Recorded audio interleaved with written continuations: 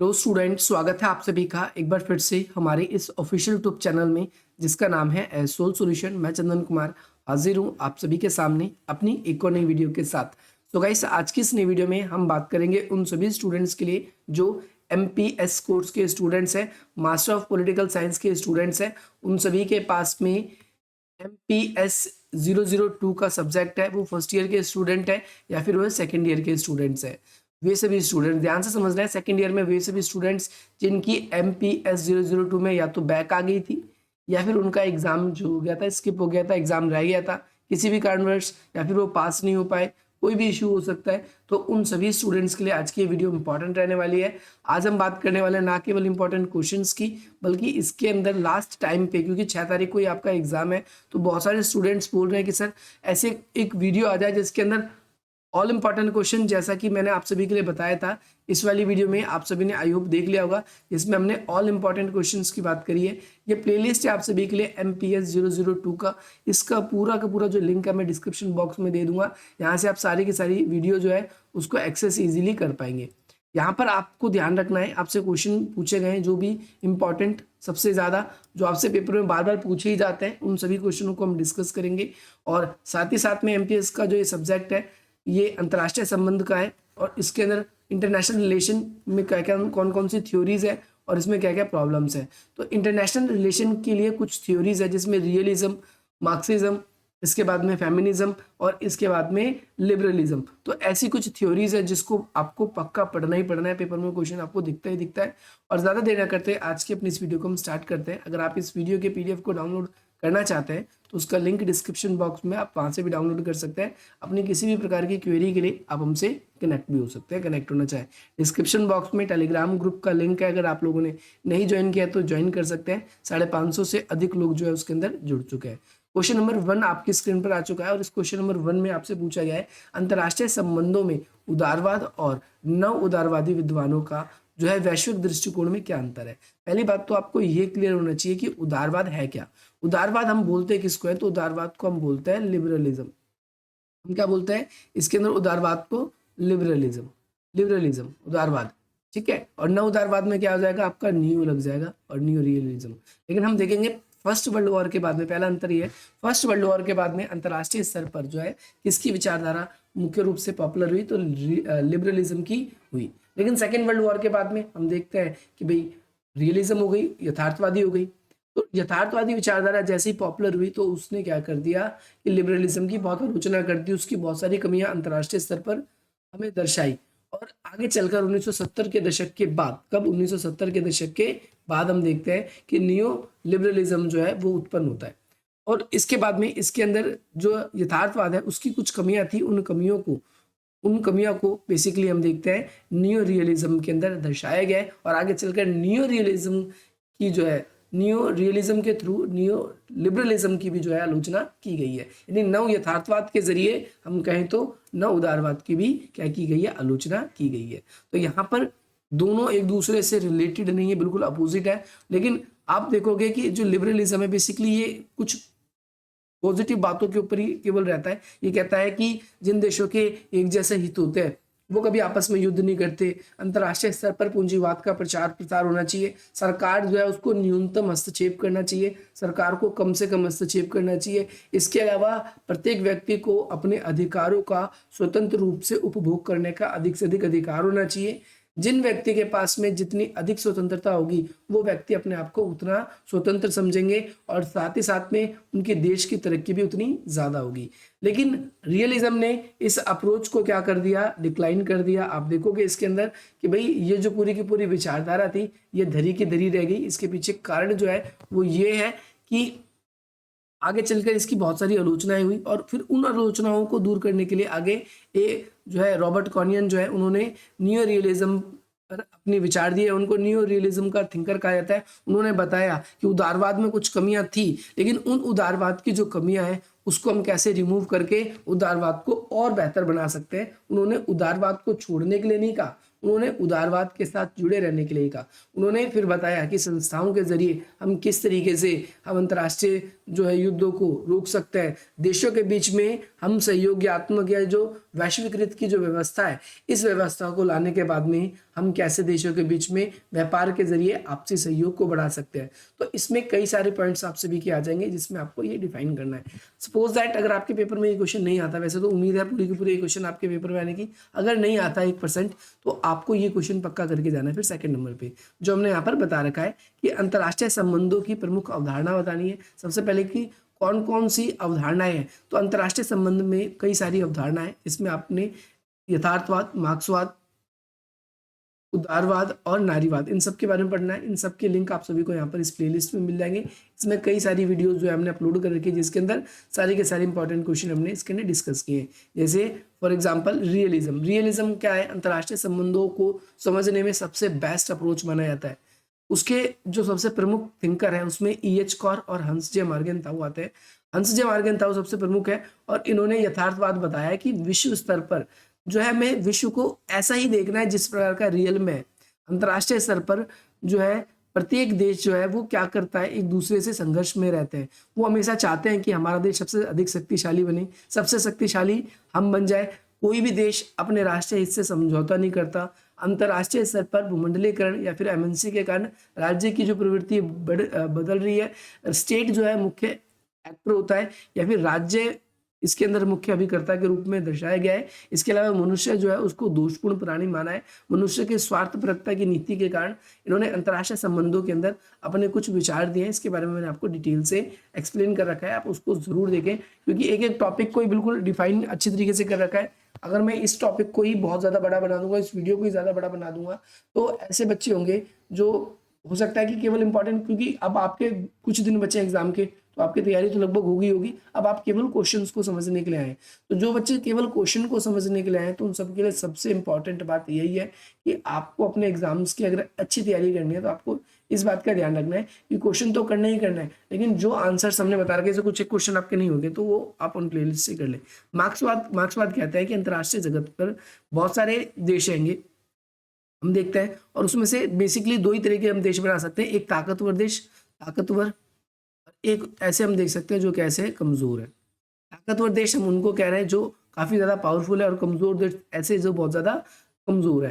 तो ताकतवर देश बेसिकली वे देश आते हैं इसके अंदर जो विकसित देश है। विकसित देशों ने क्या कर रखा है, एक अंतर्राष्ट्रीय स्तर पर ऐसी व्यवस्था बना रखी है, जैसे WB बना रखा है, WTO बना रखा है, IMF बना रखा है, या फिर हम कह सकते हैं UNO बना रखा है। इन सभी देशों पर केवल विकसित देशों की पकड़ है, और विकसित देश जैसी जैसी व्यवस्था चाहते हैं ये देश जो है, ये जो इन संगठनों में केवल वैसी वैसी भूमिका ही बनती है, वैसे वैसे नियम बनते हैं। कमजोर देश कभी भी अपना विकास नहीं कर पा रहे, कमजोर देश पूरी तरीके से दोबारा उपनिवेश बनते जा रहे हैं, और अमीर देशों के द्वारा गरीब देशों का शोषण हो रहा है। अमीर देश अपने देशों के संसाधनों को सुरक्षित करके वर्तमान समय में गरीब देशों की मार्केट्स को कैप्चर कर रहे हैं, गरीब देशों से जो पैसा है उसको यूज कर रहे हैं, गरीब देशों के जो संसाधन है उसको यूज करते जा रहे हैं। तो यहाँ पर इसके बारे में आप सभी को बिल्कुल अच्छे तरीके से एक्सप्लेन करना है। इसमें आपको मार्क्सिज्म की जब थ्योरी की बात होती है तो आपको एक क्वेश्चन मिलेगा, आपको world system theory, world system theory जिसे हम एम्यूल वैलेस्टीन का सिद्धांत बोलते हैं, ये वाला क्वेश्चन आप सभी को पक्का करके जाना है। इसके बाद में जीएन टिग्नर के अंतर्राष्ट्रीय संबंधों के विचार आपको पक्का पढ़ लेना है। उदारवाद तो आप पिछले क्वेश्चन में ही पढ़ लोगे तो ये क्लियर हो जाएगा। क्वेश्चन नंबर नेक्स्ट आप सभी की स्क्रीन पर आ गया, क्वेश्चन नंबर 3। क्वेश्चन नंबर 3 में आप सभी को ये पहले बताना है कि भाई आतंकवाद क्या है। जैसे कि मैंने आतंकवाद एक्सप्लेन कर रखा है, पहले आपको इसकी परिभाषा देनी है। मैंने इसकी उत्पत्ति भी बताई है, जैसे आतंकवाद है, जैसे भाई इंग्लिश में टेररिज्म कहते हैं, ये एक जो है लैटिन या ग्रीक भाषा का शब्द है। जिस टेरर जो है वो किससे निकला है, ट्रम्बल वर्ड से निकला है, जिसका मतलब होता है डर से कांपना। ये सारी की सारी चीज़ें मैंने आपको एक्सप्लेन कर रखी है। यानी आतंकवादी ऐसे लोगों को कहा जाता है जो अंतर्राष्ट्रीय स्तर पर या फिर किसी एक देश के अंदर भी पर्टिकुलर अपनी विचारधारा को फैलाने के लिए आतंक का या फिर हिंसाओं का सहारा लेते हैं, और उसके बाद में वो अपनी विचारधारा को समाज पे अध्यारोपित करते हैं। ये वाला कॉन्सेप्ट आपको याद रखना है। दूसरा कॉन्सेप्ट ये है कि हिंसा तथा आतंकवाद को फैलाने में आतंकवाद के तरीके और इनकी भूमिकाओं का वर्णन करना है आपको। इसके अंदर ये बताना है कि हिंसा को फैलाने में और आतंकवाद को फैलाने में आतंकवादियों की क्या भूमिका है, क्या इन्होंने ऐसे ऐसे काम किए हैं जिसकी वजह से हम कह सकते हैं कि भाई आतंकवाद जो है वो काफ़ी ज़्यादा हमारे यहाँ पर बढ़ता हुआ दिखाई दे रहा है, ये आप सभी को याद रखना है। इस वाले कॉन्सेप्ट के अंदर अगर आप देखोगे तो आतंकवाद कैसे बढ़ रहा है इसके बारे में सबसे पहले मैं आपको एक्सप्लेन करता हूँ कि आज के ज़माने में ये एक पारराष्ट्रीय आतंकवाद हो गया, जैसे अमेरिका, विकसित देश, विकासशील देश, भारत, ऐसे बहुत सारे विश्व के ऐसी कंट्रीज है जो आज इससे क्या हो रही है, जूझ रही है। बल्कि इन देशों के अंदर जो है ऐसी सरकारें जो इनको रोकने में नाकामयाब रह रही है, या फिर ऐसे देश, विकसित देश जो है अंतर्राष्ट्रीय स्तर पर वो विकासशील देशों में या फिर जिन देशों में अपनी नीतियों चाहते हैं लेकिन वो देश इनकी नीतियों का अनुसरण नहीं कर रहे, तो ये बेसिकली क्या करते हैं, ऐसे देशों को, ध्यान से सुनना आपको, ये बेसिकली क्या करते हैं, ऐसे देशों को, ये बेसिकली क्या करते हैं, ऐसे देशों के अंदर आतंकवादी व्यवस्था को बढ़ावा देते हैं। जैसे इराक है, इराक के अंदर इतने सारे संसाधन है लेकिन अमेरिका जो है वो उन संसाधनों को दोहन करना चाहता है, तो कभी भी अमेरिका जो है वहाँ पर एक स्टेबिलिटी लाने ही नहीं देता, स्टेबिलिटी कभी लाने ही नहीं देता अमेरिका वहाँ पर एक तो आतंकवाद ज़्यादा बढ़ा रखा है, और दूसरी बात, पहले तो खुद ही वो आतंकवाद को बढ़ावा देते हैं विकसित देश, और बाद में खुद ही अपनी आर्मी लगाकर कहते हैं हम सारी व्यवस्था शांत करेंगे, लेकिन अंत में क्या होता है ये, लेकिन पीठ पीछे क्या चल रहा है वहाँ पर, बेसिकली वो उनके संसाधनों का दोहन कर रहे हैं। लेकिन अंतर्राष्ट्रीय जगत पे आज वर्तमान समय में कोई इनका विरोध क्यों नहीं करता, वर्तमान समय में कोई भी इनका विरोध इसलिए नहीं करता क्योंकि ये विश्व के सबसे अधिक शक्तिशाली देश है। अगर बेसिकली कोई अगर इनके अपोजिशन में आता भी है तो वो उन देशों में भी या तो रिस्ट्रिक्शन लगा देते हैं, उनसे न्यूक्लियर वॉर की धमकी देते हैं, ये सारी की सारी प्रॉब्लम हमें देखने को मिलती हैगी। इसके अलावा उस देश से अपनी जितनी भी कंपनियां उसको विड्रॉ कर लेते हैं, ये सारी चीज़ें हमें देखने को मिलता है। अगला है एनजीओस, क्या है, गैर सरकारी संगठन किसे कहते हैं। तो सबसे पहली बात तो ये क्या होती है, नॉन प्रॉफिटेबल ऑर्गेनाइजेशन होती है, जिसे हम नॉन गवर्नमेंट ऑर्गेनाइजेशन, इनको गवर्नमेंट की तरफ से कोई भी क्या नहीं मिलता, सपोर्ट नहीं मिलता। ये बेसिकली हमारी सोसाइटी के अंदर जो चैरिटी वगैरह के लोग होते हैं जो अपने टैक्स को बचाना चाहते हैं वो इनको पैसे देते हैं ताकि सोसाइटी के अंदर ये एक पॉजिटिव चेंज ला सके। और इसको हम दबाव समूह किसके रूप में, दबाव समूह के रूप में देख सकते हैं। हालांकि कई लोग कहते हैं जैसे राजनीतिक दल भी काम करते हैं, समाज में भलाई का काम करते हैं, लेकिन राजनीतिक दल जो होते हैं वो बेसिकली उनका मूल उद्देश्य होता है सत्ता के ऊपर नियंत्रण लाना। ये सत्ता के ऊपर अपना नियंत्रण चाहते हैं, लेकिन वही बात करते हैं जो जितनी एनजीओज होंगे वो समाज के अंदर कुछ रिफॉर्म्स चाहते हैं जो सोशली हो, इक्वलिटी आए, और साथ ही साथ में ऐसे लोग जो सभी के सभी को क्या कर सकते हैं, एक दृष्टिकोण से देख सकते हैं। इसके अलावा अंतर्राष्ट्रीय संबंधों में इनकी क्या भूमिका है, आपको ये वर्णन करना है। गैर सरकारी संगठन क्या है, इसके बाद अंतर्राष्ट्रीय स्तर पर इनकी क्या भूमिका है। तो अंतर्राष्ट्रीय स्तर पर देखो आज के ज़माने में जैसे एमएनसी है, बहुत सारी एमएनसी है। जैसे इंडिया के अंदर बात करते हैं, जैसे हम करते हैं बीएमडब्ल्यू की बात, बीएमडब्ल्यू, इंडिया में बहुत सारे ऐसे जॉब्स के इनके प्रोजेक्ट चल रहे हैं, जॉब्स के प्रोजेक्ट चल रहे हैं। अगर आप देखोगे, आपने एक नाम सुना होगा, मैजिक बस, मैजिक बस, इसमें इनका कंट्रीब्यूशन है। ये आज के ज़माने में जो यूथ हैं उन सभी को क्या करते हैं, काफ़ी अधिक आगे बढ़ने में, यूथ्स को क्या करते हैं, काफ़ी अधिक आगे बढ़ने में ये हेल्प करते हैं, उनको जॉब्स प्रोवाइड करवाने में हेल्प करते हैं। या फिर हमारी सोसाइटी में ऐसे लोग जिनका फिजिकली डेवलपमेंट नहीं हो रहा, तो इनके दो प्रोग्राम चलते हैं, एक तो जॉब प्रोवाइड करता है ये, और दूसरा ये अलग अलग एरियाज़ में जाकर लोगों को खिलाने का भी काम करता है, बच्चों को, ताकि उनको एक सोशली वो पीछे ना रह जाए उन लोगों से, तो ये ध्यान रखना है। और पॉजिटिव चेंजेस सोसाइटी में लाना चाहते हैं, तो अंतर्राष्ट्रीय स्तर पर इन्होंने क्या किया, देशों के बीच में आपसी रिलेशन को बिल्ड करने में बहुत ज़्यादा मुख्य भूमिका निभाई है। ये वाला कॉन्सेप्ट भी आपको याद रखना है। भूमंडलीकरण क्या है, आपको इसको एक्सप्लेन करना है। तो भाई इस पे तो हमारी लगभग 3 लाख से प्लस व्यूज़ है। अगर मैं आप लोगों को कहूँ कि भूमंडलीकरण क्या है, अगर आपने नहीं किया है तो आप इस क्वेश्चन को पक्का करके जाना। इससे 2 क्वेश्चन आपके पेपर में बनेंगे, 2 क्वेश्चन आप सभी के इंपॉर्टेंट कॉन्सेप्ट है, 2 नहीं तो 1 तो बनेगा ही बनेगा। सबसे पहले भूमंडलीकरण क्या है, अगर पेपर में भूमंडलीकरण ना लिखा है तो आपको इंग्लिश पढ़ना है, ग्लोबलाइजेशन मिलेगा, आपसे एकीकरण भी लिखा आ सकता है, एकीकरण की नीति क्या है, आपसे वैश्वीकरण की नीति आपसे ये भी पूछा जा सकता है, ये क्या है, और अंतर्राष्ट्रीय संबंधों पे इसका क्या प्रभाव है। तो अंतर्राष्ट्रीय संबंधों पे इसके कई सारे प्रभाव है। जैसे वैश्वीकरण ने देशों के व्यापार में क्या कर दिया है, वृद्धि कर दिया है, इंटरनेशनल ट्रेड में वृद्धि कर दी है। तो इंटरनेशनल ट्रेड में जब वृद्धि हुई तो देश अब एक दूसरे के नजदीक आते जा रहे हैं, देशों के अंदर आपसी सहयोग जो है हमें बढ़ता हुआ दिख रहा है।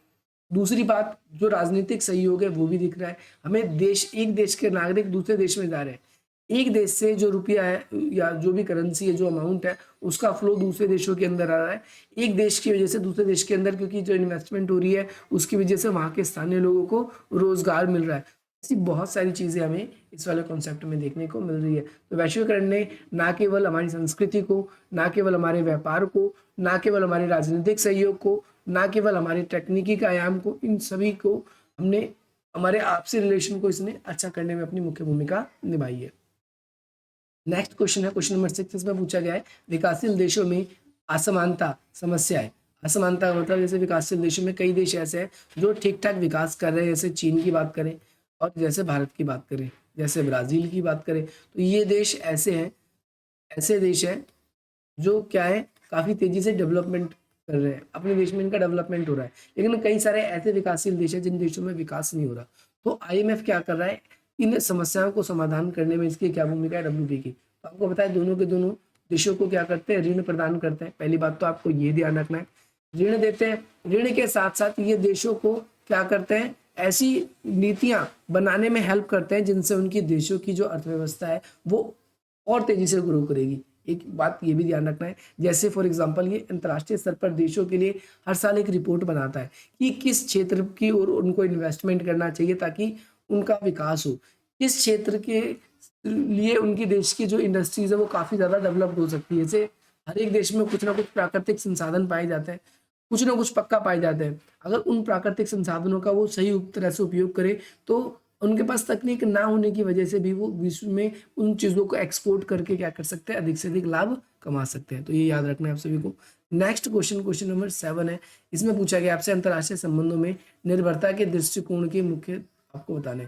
निर्भरता के दृष्टिकोण जब आ जाए ना तो ये मार्क्सवादी दृष्टिकोण ही है, ध्यान रखना है आप सभी को। जो आपने स्टार्टिंग में पढ़ा था अंतर्राष्ट्रीय संबंधों के अध्ययन में मार्क्सवादी दृष्टिकोण, ये सेम क्वेश्चन है निर्भरता वाला, आप सभी को ध्यान रखना है। इसमें दो विचार आपको याद रखने हैं इसके अंदर, एक तो आपको एजी फ्रैंक के विचार, एजी फ्रैंक के विचार, दूसरा आप सभी को ध्यान रखना है कि एम्यूल वैलेंस्टीन के विचार इसके अंदर, जिसमें वर्ल्ड सिस्टम थ्योरी या निर्भरता का सिद्धांत, इसको आपको इसके अंदर एक्सप्लेन करना है। अगर आप लोगों ने नहीं किया है, नहीं देखा है अब तक, तो देख सकते हैं, वो वीडियो आप सभी के लिए अपलोड की जा चुकी है। अगला क्वेश्चन है जो आपका अप्रसार जो है संधि और व्यापक प्रतिबंध परीक्षण संधि, इसे एक तो बोलते हैं हम एनपीटी और एक को बोलते हैं हम सीटीबीटी। आपको प्रावधानों का वर्णन करना है, आप सभी को बताया हमने इसकी वीडियो बना रखी है, अगर आप लोगों ने नहीं देखा है तो आप देख सकते हो। हमने ऑलमोस्ट ज़्यादातर वीडियो जो है, देखो ये निर्भरता वाला जो क्वेश्चन था उसकी वीडियो ये बनी हुई है। जो है विश्व बैंक के कार्यों का वर्णन अगर आपको नहीं आ रहा है, मार्क्सवादी सिद्धांत जो है अगर वो नहीं आ रहा, परमाणु अप्रसार संधि और परमाणु, ये वाला क्वेश्चन आप सभी को मिल जाएगा। ये वाले क्वेश्चन को आप इसके अंदर से यहाँ से इजीली कर सकते हो। नेक्स्ट क्वेश्चन है आपको ये पूछा गया क्या भारत एक उभरती हुई महाशक्ति है अथवा मध्य शक्ति है, दोनों। ये क्वेश्चन भी आप सभी के लिए अपलोड कर रखा है यहाँ पर, अगर आप देखोगे तो आतंकवाद वाला क्वेश्चन ये है। सतत विकास का क्वेश्चन भी आप सभी से बार बार पूछा जाता है, क्या भारत एक उभरती हुई महाशक्ति है, भारत एक संभावित महाशक्ति के रूप में। ये वाला कॉन्सेप्ट भी आप सभी के लिए करवा रखा है हमने, अगर आप लोगों ने नहीं देखा तो आप देख सकते हैं। इसके अलावा दो क्वेश्चन और भी है जो आप डायरेक्टली कर सकते हो, एक चीन वाला क्वेश्चन ये भी आपको करके आना है, और एक ईयू का क्वेश्चन। आपसे पेपर में या तो भारत के बारे में पूछेगा या तो चीन के बारे में पूछेगा और ईयू के बारे में। क्वेश्चन सिंपल ये रहेगा कि ये उभरती हुई महाशक्ति कैसे है। ईयू के बारे में भी हमने वीडियो बना रखी है, आपको अगर वीडियो ना मिले तो आप कमेंट कर देना मुझे और मैं आपको वीडियो प्रोवाइड करा दूंगा। और भारत जो है, भारत के अलावा जो चीन है, चीन भी एक उभरती हुई महाशक्ति है, वो कैसे आप कह सकते हो, ये वाला क्वेश्चन भी आप सभी को समझा रखा है। ये वाला क्वेश्चन आप जरूर देखें, जरूर करें। नेक्स्ट क्वेश्चन है आप सभी के लिए, भूमंडलीकरण मानव सुरक्षा को चुनौती कैसे दे रहा है। यानी भूमंडलीकरण यानी ग्लोबलाइजेशन आज इंसानों के लिए एक सिक्योरिटी का भी थ्रेट बन चुका है। जैसे आज हम इतने ज़्यादा क्लोज आ गए हैं, जैसे फॉर एग्जांपल आप इंडिया में बैठे बैठे क्या कर सकते हो, सोशल मीडिया के थ्रू चीज़ है, उनके लोगों से आप डायरेक्टली इंटेलेक्चुअल हो सकते हो, डायरेक्टली उनसे कनेक्ट हो सकते हो, डायरेक्टली उनसे बात कर सकते हो, बहुत सारे हैं। तो यहाँ पर एक तो हमारी जो आइडेंटिटी है, पहचान जो है, उसको थ्रेट हो रहा है। फॉर एग्जांपल हमारा बहुत सारा डाटा जो है आजकल ही हम फ़ोन में या फिर वेब पे रखते हैं, और वो मनुष्य की सुरक्षा के लिए बिल्कुल ठीक नहीं है। वैश्वीकरण के टाइम पे हैकिंग जो है ये होना कोई बड़ी बात नहीं है, और ये हैकिंग जो है, इस हैकिंग को रोकने के लिए हमें क्या करना चाहिए, हम देख सकते हैं हमारी सरकार को अलग अलग प्रकार की नीति अपनानी चाहिए। दूसरी बात हमने देखा था, एक भोपाल गैस त्रासदी हुई थी, आप सभी को पता है कि मिथाइल आइसोसाइनेट नाम की गैस है जो भोपाल के आसपास के इलाकों में फैलने लगी, क्योंकि वो एक जो है ऐसी दवाई बनाते थे जिससे क्या कर सकते हैं, खेत के जीवाणुओं को मार सकते हैं। लेकिन कुछ वहाँ पर जब प्रॉब्लम हुई तो उसके बाद में बहुत सारे लोगों की जान गई थी, उसके अंदर आंखों की रोशनी चली गई थी। भूमंडलीकरण के कारण कंपनी हमारे देश में आ रही है, हमारे देश को कुछ लाभ तो दिख रहा है हमें देखने को, लेकिन सुरक्षा से बहुत ज़्यादा प्रॉब्लम या समझौते हमें करने पड़ रहे हैं, बहुत सारी प्रॉब्लम हो रही है। इसके अलावा सुरक्षा के बारे में बात करेंगे तो आज के ज़माने में हमारे देश की जो सरकार है, उन सरकारों को कई बार वैश्वीकरण के कारण अपनी स्वयं प्रभुत्ता से सेक्रीफाइस करना पड़ रहा है हमारी मानव सुरक्षा के लिए। बेसिकली हम आज के ज़माने में विदेशी कंपनियों के गुलाम होते जा रहे हैं, तो ये वाला कॉन्सेप्ट भी आपको देखना है। हाल ही के दशक में देशज लोगों के द्वारा कई सारे आंदोलन हुए, ये इंपॉर्टेंट क्वेश्चन है, ये भी इंपॉर्टेंट क्वेश्चन है। ये आपसे दो तरीके से पेपर में पूछा जाएगा, या तो ये लैंग्वेज होगी आपसे पूछने की, या फिर आपसे ये पूछेगा कि निर्जातीयता यानी एथिक्स, एथिक्स क्या है, इंडिजीनियस पीपल क्या है। निर्जातीय से आप क्या समझते हैं, समकालीन समय में एक ही फिर से उभरती हुई इनकी क्या कौन कौन से कारण है, उभरती हुई समस्याएं जो है इनकी समस्याओं के क्या क्या कारण है, आपको ये वाला कॉन्सेप्ट भी इसके अंदर एक्सप्लेन करना है। ये भी आप लोगों के लिए एक्सप्लेन किया जा चुका है, आप देख सकते हो। नेक्स्ट क्वेश्चन है कोल्ड वॉर क्या है, इसके बाद में शीत युद्ध के बाद में वर्ल्ड स्केल पे क्या क्या परिवर्तन आए। शीत युद्ध के बाद में यूएसएसआर जो है वो डिसइंटीग्रेट हो गया, यानी सोवियत संघ का विघटन हो गया। दूसरी बात करें अमेरिका एकमात्र शक्ति बचा। पूरी दुनिया में पूंजीवाद फैलेगा कि नहीं फैलेगा, या समाजवाद उसको हरा पाएगा नहीं हरा पाएगा, ये अब विवाद का विषय नहीं रहा। अंतर्राष्ट्रीय स्तर पर हमने देखा कि जो अमेरिका था वो एकमात्र शक्ति बनकर उभरा। इसके अलावा यूएनओ जो है उसके अंदर सदस्यों की संख्या बढ़ी, विश्व स्तर पर नए नए देशों का उभरने लगे। जैसे फॉर एग्जांपल डिसइंटीग्रेट होने के बाद में रूस, बेलारूस, यूक्रेन नए देश विश्व में उभर के आए। इसके अलावा यूएनओ के सदस्यों की संख्या की बात करें तो उसके सदस्यों की संख्या भी बढ़ी। इसके बाद में हम ये देखते हैं कि दूसरे विश्व युद्ध के बाद ही जो शीत युद्ध आया था, तो शीत युद्ध के बाद हम अंतर्राष्ट्रीय स्तर पे ये भी कह सकते हैं कि यूएनओ जो है उसके सदस्यों की संख्या जो अस्थायी सदस्य बने, या जो अब उसके परमानेंट मेंबर की बात चल रही है, तो उसके सदस्यों की संख्या भी बढ़ सकती है। यहाँ पर अगला क्वेश्चन कॉन्सेप्ट ये है, वे शीत युद्ध के दौरान अंतर्राष्ट्रीय राष्ट्र राज्य है, ध्यान रखना है, शीत युद्ध के बाद में राष्ट्र राज्य जो है उनको किन प्रकार की चुनौती का सामना करना पड़ा है। तो ये वैश्वीकरण मनुष्य की सिक्योरिटी को कैसे थ्रेट दे रहा है, अभी ये क्वेश्चन आपको मैंने बताया था, सेम क्वेश्चन ये। राज्य की स्वयं प्रभुत्ता कैसे प्रभावित हो रही है, आप डायरेक्टली लिखोगे यूट्यूब पे कि भाई भूमंडलीकरण के बाद राज्य की स्वयं प्रभुत्ता को वैश्वीकरण ने किस प्रकार से प्रभावित किया है। ये क्वेश्चन आपको करके जाना है, ये क्वेश्चन भी बहुत इंपॉर्टेंट है आपके एग्जाम के लिए। अगला क्या है, सतत विकास से आप क्या समझते हैं। आपके पेपर में सतत विकास, ठोस विकास ये लिखा आएगा, आप लोगों को परेशान नहीं होना, ये आप लोगों के लिए वीडियो हमने बना रखी है। सतत विकास से आप क्या समझते हैं, आप सिंपली वाला क्वेश्चन देखेंगे तो ये वाला इसमें भी है और उस वाले सब्जेक्ट में भी है, तो कुछ कॉमन चीज़ है, ये आपको ध्यान रखना है। अगला है विश्व शांति को बनाए रखने के लिए संयुक्त राष्ट्र संघ की क्या क्या उपलब्धियां, यानी संयुक्त राष्ट्र संघ ने क्या क्या किया है। तो फॉर एग्जाम्पल अंतर्राष्ट्रीय स्तर पर संयुक्त राष्ट्र संघ ने जो है सुरक्षा और शांति को बनाए रखने के लिए बहुत सारी एक तो ऑर्गेनाइजेशन बना रखे हैं। अंतर्राष्ट्रीय स्तर पर देशों के सम्मेलन होते हैं, देश के जिन देशों के बीच में विवाद उत्पन्न होता है उन देशों के विवादों को सुलझाने के लिए अलग अलग आयोग बनाया जाता है। कई बारी उनको किस प्रकार से इंटीग्रेट किया जा सकता है, इसके लिए उन्हें समय समय पर सुझाव दिए जाते हैं। इसके अलावा इसका सुरक्षा परिषद जो है इसने स्पेशली विश्व में कहीं पर भी शांति और सुरक्षा से जुड़ा हुआ जो मुद्दा होता है वो उसके अंदर जाते ही जाता है। इसके अलावा बेसिकली सेकेंड वर्ल्ड वॉर के बाद में संयुक्त राष्ट्र संघ को इसलिए बनाया गया था ताकि भविष्य में तीसरा विश्व युद्ध ना हो, ये अपने तीसरे विश्व युद्ध ना होने के लिए इसको रोकने में कामयाब रहा है। अंतर्राष्ट्रीय स्तर पर बहुत सारे ऐसे हथियार थे जो बन जाते तो जो संपूर्ण मानव जाति के लिए खतरा हो सकते थे, तो उन सभी हथियारों को, जैसे परमाणु हथियार, जैविक हथियार, इन सभी हथियारों को रोकने के लिए इसने कई सारे सम्मेलन किए हैं। इसके द्वारा कई सारी संधियां करवाई गई हैं ताकि क्या किया जा सके, अंतर्राष्ट्रीय स्तर पर हथियारों की होड़ों को भी रोका जा सके। ध्यान रखना है। नेक्स्ट क्वेश्चन आप सभी को ये बताना है कि क्या भारत को संयुक्त राष्ट्र संघ का स्थायी सदस्य बनना चाहिए। आप सभी को पता है 1990 के दशक के बाद में जब कोफी अन्नान संयुक्त राष्ट्र संघ के महासचिव बने तो उन्होंने क्या किया था, उन्होंने संयुक्त राष्ट्र संघ के सुरक्षा परिषद के अंदर जो है बदलाव की बहुत सारी मांगे को देखी। तो इसके बाद उन्होंने कुछ मानदंड स्थापित किए। उन्होंने कहा था कि अगर कोई भी देश इन सभी मानदंडों पर अगर खरा उतरता है तो उसे संयुक्त राष्ट्र संघ का स्थायी सदस्य देश बनाया जा सकता है। लेकिन अब इसकी जरूरत पड़ी क्यों, आपके मन में ये सवाल आएगा। तो इसकी जरूरत इसलिए पड़ी क्योंकि ये एक माना गया कि भैया अब जो है सुरक्षा परिषद यानी जो उसके 5 परमानेंट मेंबर है, यूएसए अमेरिका एक ही है, फिर चाइना, ब्रिटेन, फ्रांस और रूस, ये 5 देश जो है ये रियलिटी में पूरे वर्ल्ड लेवल पर हर एक देश का नुमाइंदगी नहीं करते। दूसरी बात, संयुक्त राष्ट्र संघ के सदस्यों की संख्या लगातार बढ़ रही है। अब वर्तमान समय में 193 मेंबर है और जब ये बना था उसके उस समय लगभग 51 देश इसके अंदर शामिल थे जब ये बना ही था। आज के ज़माने में 193 मेंबर है। ये अगर हम पिछले 40 साल का इतिहास देखें, अगर लगभग 40 साल का पिछला इतिहास देखें तो आपको दिखेंगे सदस्यों की संख्या तो बड़ी है, लेकिन स्थायी सदस्यों की संख्या जो यूएनओ की सिक्योरिटी काउंसिल है उसके अंदर सदस्यों की संख्या नहीं बढ़ी। इन्होंने केवल इस टाइम के बाद में भी क्या किया, 10 अस्थायी मेंबर बनाए। अस्थायी मेंबरों को 2 सालों के लिए चुना जाता है और 2 सालों के लिए चुना जाता है और उसके बाद स्थायी सदस्य भी चुने जा सकते हैं ये कहते हैं, लेकिन उसके लिए कुछ स्केल बना दिए कि एक बड़ी अर्थव्यवस्था वाला देश होना चाहिए, बड़ी जनसंख्या होनी चाहिए। अब सीधी सी बात है, जिन देशों की अर्थव्यवस्था बड़ी होगी तो उन देशों की जनसंख्या अगर ज़्यादा है तो वो ज़्यादा डेवलपमेंट नहीं करेगी।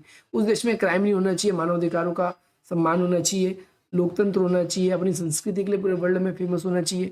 तो इन सब बातों के आधार पर हम कह सकते हैं कि भारत को बनाया जा सकता है, क्योंकि भारत एक बड़ी अर्थव्यवस्था वाला देश है। भारत के अंदर एक बड़ी जनसंख्या, अब तो पूरे वर्ल्ड में सबसे ज़्यादा जनसंख्या है। भारत के कल्चर जो है, संस्कृति पूरे वर्ल्ड में पॉपुलर है। भारत के अंदर जो है लोकतंत्र है, भारत के अंदर मानवाधिकारों का सम्मान होता है। तो ये सारे के सारे कॉन्सेप्ट जो आप इसके अंदर इंक्लूड करके इस क्वेश्चन को आगे बढ़ा सकते हो। तो ये वाला कॉन्सेप्ट भी याद रखना है। इसके बाद में कुछ शॉर्ट नोट वाले क्वेश्चन है जो हमने आप लोगों के लिए लिखे हैं। तो शॉर्ट नोट बहुत बहुत बहुत ज़्यादा इंपॉर्टेंट है। जैसे आपको सार्क करना है, इसकी वीडियो हमने अपलोड कर रखी है। WTO क्या है, इसकी वीडियो अपलोड कर रखी है। एपेक क्या है, इसकी वीडियो अपलोड कर रखी है। नीम को बोलते हैं हम गुट निरपेक्ष आंदोलन, गुट निरपेक्षता आंदोलन। USSR का मतलब है समाजवादी सोवियत राज्य, या फिर आप इसको सिंपली सोवियत संघ के रूप में देख सकते हो।